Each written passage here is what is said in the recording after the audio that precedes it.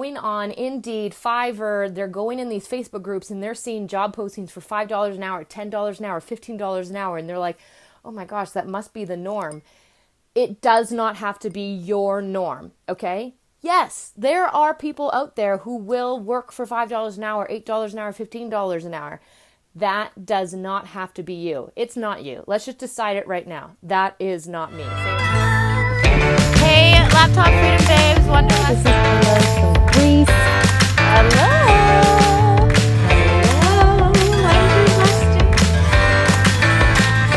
Hello, Wanderlusters. Welcome to Cocktails and Coaching. If you are joining me today, cheers.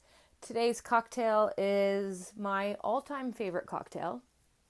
It is the Old Fashioned, and it is the cocktail that when I go to a cocktail bar or when I seek out like a really talented bartender in town and I want them to make me a cocktail that I haven't had before, or it doesn't have a name, I want them to experiment, I tell them, I'm like, the cocktail I love is the Old Fashioned. And so this is like my staple beverage that when I am looking to experiment and be surprised, this is what I use as my this is the type of drink I like.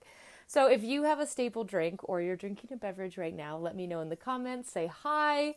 And because I'd love to hear about it. I'd love if you have your this drink is the foundation of everything that I enjoy. So hello to this week's Cocktails and Coaching. I'm Rebecca. I'm the Wanderlust virtual assistant. I'm rocking my sunnies today. And today's Cocktails and Coaching is going to be really, really awesome. I'm going to be telling you the 3 biggest mistakes that new VAs make. And in fact, as I was hopping on here, I was like, there's a 4th. So there's going to be a bonus 4th. Make sure you wait until the end. Hello, Michaela. If you're watching live, please say hi. If you're catching the replay, pop in #replay. And also, as I go through this Cocktails and Coaching, I see the comments come up. So you're free to ask questions. You're free to comment. You're free to be like, amen, or throw some emojis. But right now, before we begin, it's really important that we take a sip. If you are new to meeting me, the inspiration for Cocktails and Coaching was way back when I started my virtual assistant business and I started to work from home and I left my 9 to 5. It took me a couple weeks to realize that I could have a beverage while I work. These were just the policies of my 9 to 5 jobs, but the policy of my business was that I can absolutely have a beverage at work. So this was a major sign for me. This is the moment in time when I was like, oh my gosh, I work for myself. So a lot of my inspiration and the Wanderlust virtual assistant is kind of is wrapped up in this sort of work-life harmony balance where it's not this or that. We can have cocktails and get our work done. So, cheers. I'm going to put this down. And I want to hop into, actually, no, I'll hold it, whatever. I'll have some sips. So I want to jump into the top 3 mistakes, plus there's a bonus 4th, so wait till the end. The top 3 mistakes that I see new VAs make. And these aren't small mistakes. They're not like, oh, oops, I set up the wrong project management tool. These are big, huge game changer mistakes that I see a lot of women who are interested in the Laptop Freedom Program come to me and they're like, oh shoot, I was under a totally different belief. So I want to jump onto them here. Mistake number 1. Mistake number 1 to women who are, and not necessarily women, to those who are starting virtual assistant businesses is not securing high quality clients. Say that with me. High quality clients, okay? Like any industry out there, there are the Honda Civics of clients. Honda Civics are great cars. And then there are the Lamborghinis of clients, okay? There's always going to be a scale of a type of client. And you need to, at the beginning of your virtual assistant business, have a very clear understanding and belief to be true that there are high quality clients out there for you. And you need to stay focused on high quality clients only. What does this mean?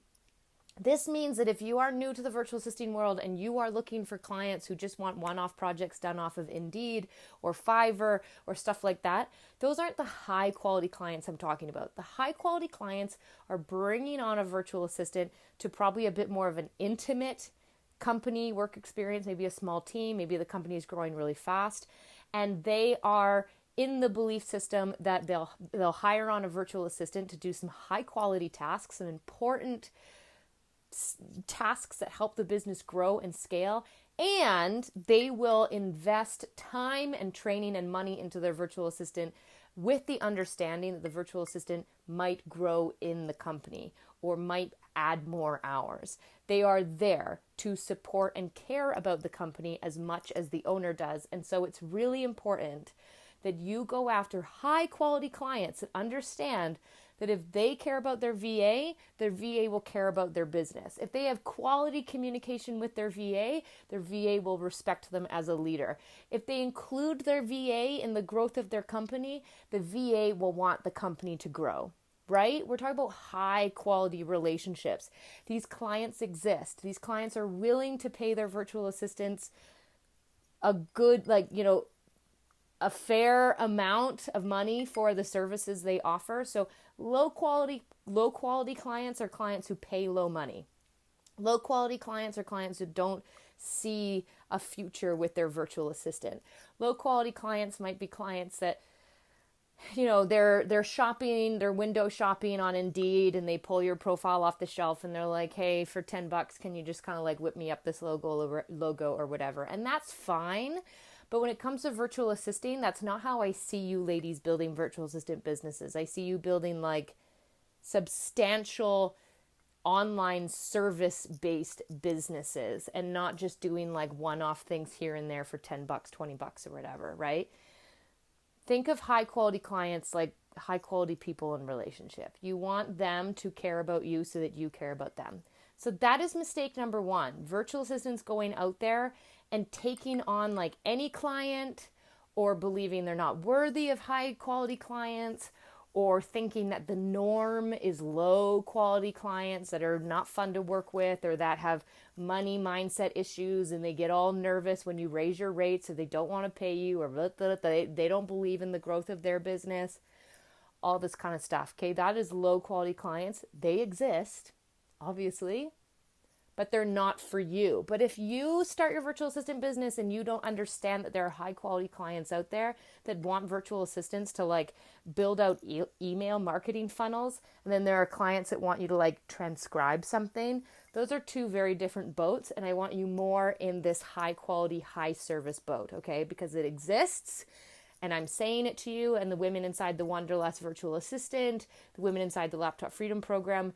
That's what we're calibrating to, okay? We are high quality virtual assistants. We are the Mercedes-Benzes of virtual assisting. And so we can be compensated properly for those services and be loved and adored by our amazing clients. Mistake number 2, appropriate pricing. Take a sip. I see this mistake happen a lot with virtual assistants who go out and build their VA business without guidance. Totally doable, ladies. I know I run the Laptop Freedom Program. I'm extremely biased. It's the same program I took to start my successful business. However, I'm not going to stand here and say that's the only way you can do it. There are lots of VAs out there who have started virtual assistant businesses without mentoring, without guidance. But one of the top mistakes I always see is that they are totally underpricing their services. Totally underpricing their services. They are, let me refresh my screen. Okay. They are going on Indeed, Fiverr, they're going in these Facebook groups and they're seeing job postings for $5 an hour, $10 an hour, $15 an hour. And they're like, oh my gosh, that must be the norm. It does not have to be your norm, okay? Yes, there are people out there who will work for $5 an hour, $8 an hour, $15 an hour. That does not have to be you. It's not you. Let's just decide it right now. That is not me. Say it with me. That is not me. Inside the Laptop Freedom Program, our minimum starting rate is like $25 an hour. And why can I do that? Because inside the Laptop Freedom Program, I have skills training that automatically makes you worth that by the time you graduate. Okay? So VAs who go out there and don't understand what they can be pricing for their services are commonly lowballing themselves. And there's a couple of problems with that. One, when you lowball your services, you are putting out that message to you and also to clients. Like, this is the type of quality work they can get for this little amount of money. It also makes it difficult when you go to raise your rates. You then hop into the Laptop Freedom Program. I'm like, whoa, girl, you should be charging $30 an hour. And so then you go to raise it from 15 to 30 and the clients are like, excuse me, you just doubled your rates. It makes, if you start so low, it makes it hard for you to get to where you should be. Okay? So that is second mistake number 2, is those who kind of start their virtual assistant businesses at the beginning on their own, not knowing what they can be charging for their services. They automatically lowball because they just want to get started. They're desperate. Hello, Olivia. Thank you for saying hi. They just want clients. That's the most important part. So they're willing to be underpaid to do it. Or they'll work for free. No. I don't care what people tell you. And to be honest, I don't care what you've been led to believe. You do not have to work for free in exchange for anything. Anything. You do not have to work for free in exchange for experience. You do not have to work for free in exchange for testimonials. You do not need to work for free in exchange for massages from your therapist, okay? You can get paid and get those things. That is how the world works, okay? You get paid a good amount for the quality of service you do, and you get a testimonial, and you get experience, and you learn something, and you get connections, okay?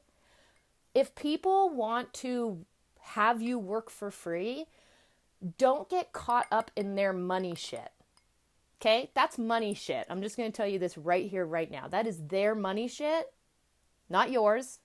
So don't get caught up in it, because there are high quality clients out there who will pay you the rate that your services should be valued at and will also give you a dope testimonial. Okay, so that is mistake number 2 that I see virtual assistants make, is that they lowball their pricing because they're not sure what they can offer. Hello, Amanda. I'm so glad you're here. I was waiting for your name to pop up. So that is mistake number 2. They're charging too little.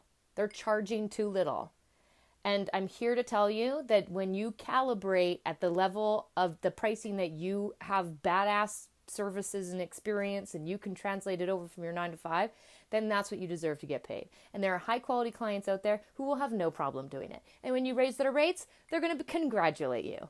Okay? Sweet. Mistake number 3. Okay? This is mistake number 3, and wait till the end because I came up with a 4th bonus mistake as well.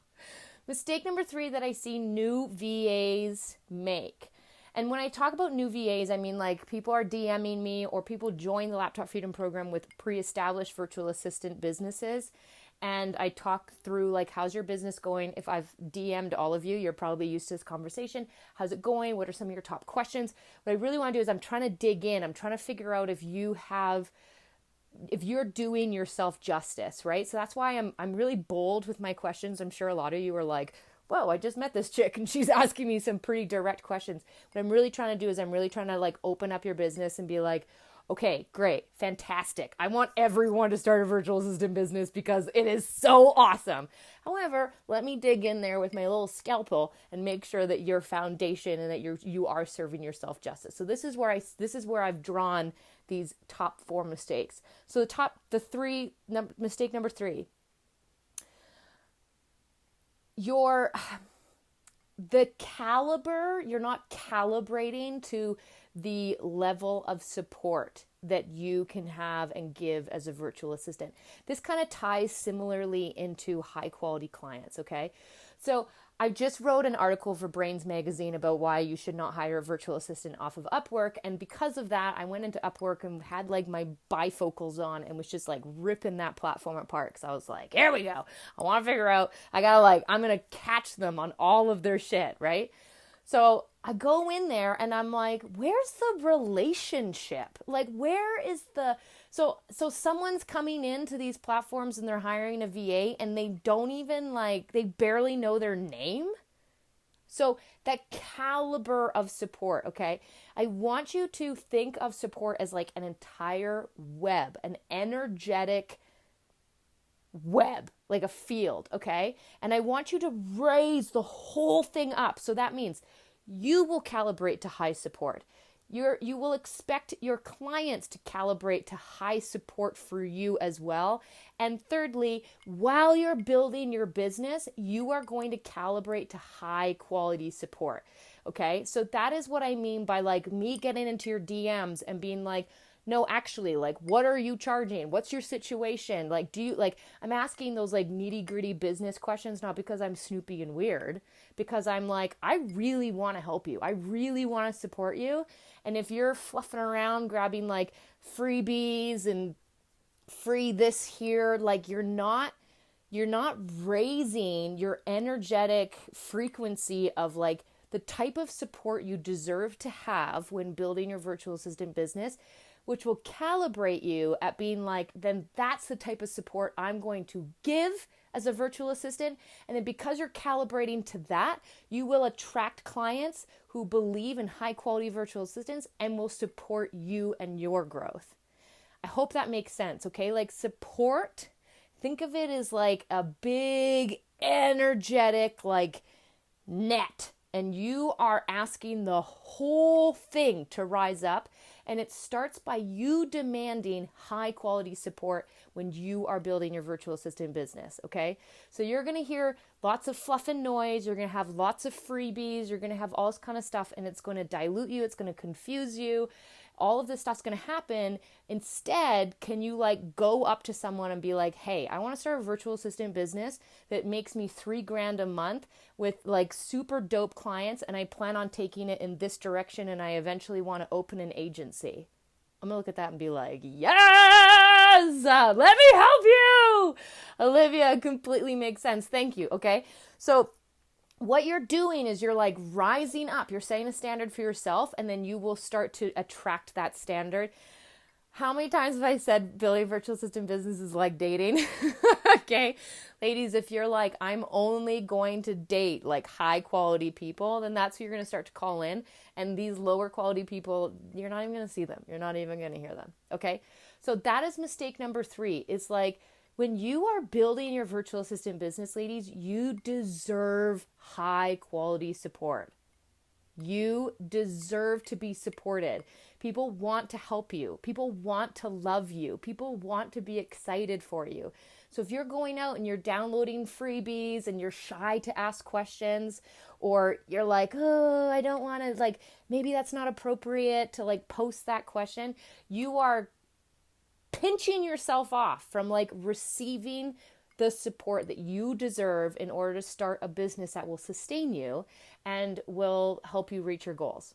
Okay? So that's mistake number 3, is getting fucking serious about the caliber of support you want to have, and that you will give and that you will attract. That's really going to help you in the longevity of your business and the growth.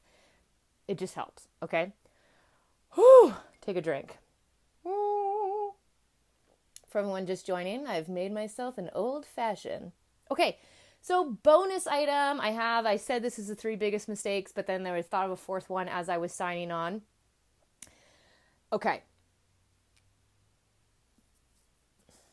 The 4th mistake I see new VAs make at the very, very beginning is lacking confident perseverance. Okay? I'm going to say that again. Lacking confident perseverance. So many people give up too soon. So many people have this dream. They try it. Maybe they sign up for a self-study course, and then they can't even remember their username and login password at this point because they've given up. They've given up. Starting a business has its ups and downs. Truth. Okay, I've just handed you a truth. Accept it, move on. That's the way it is. It has its ups and downs.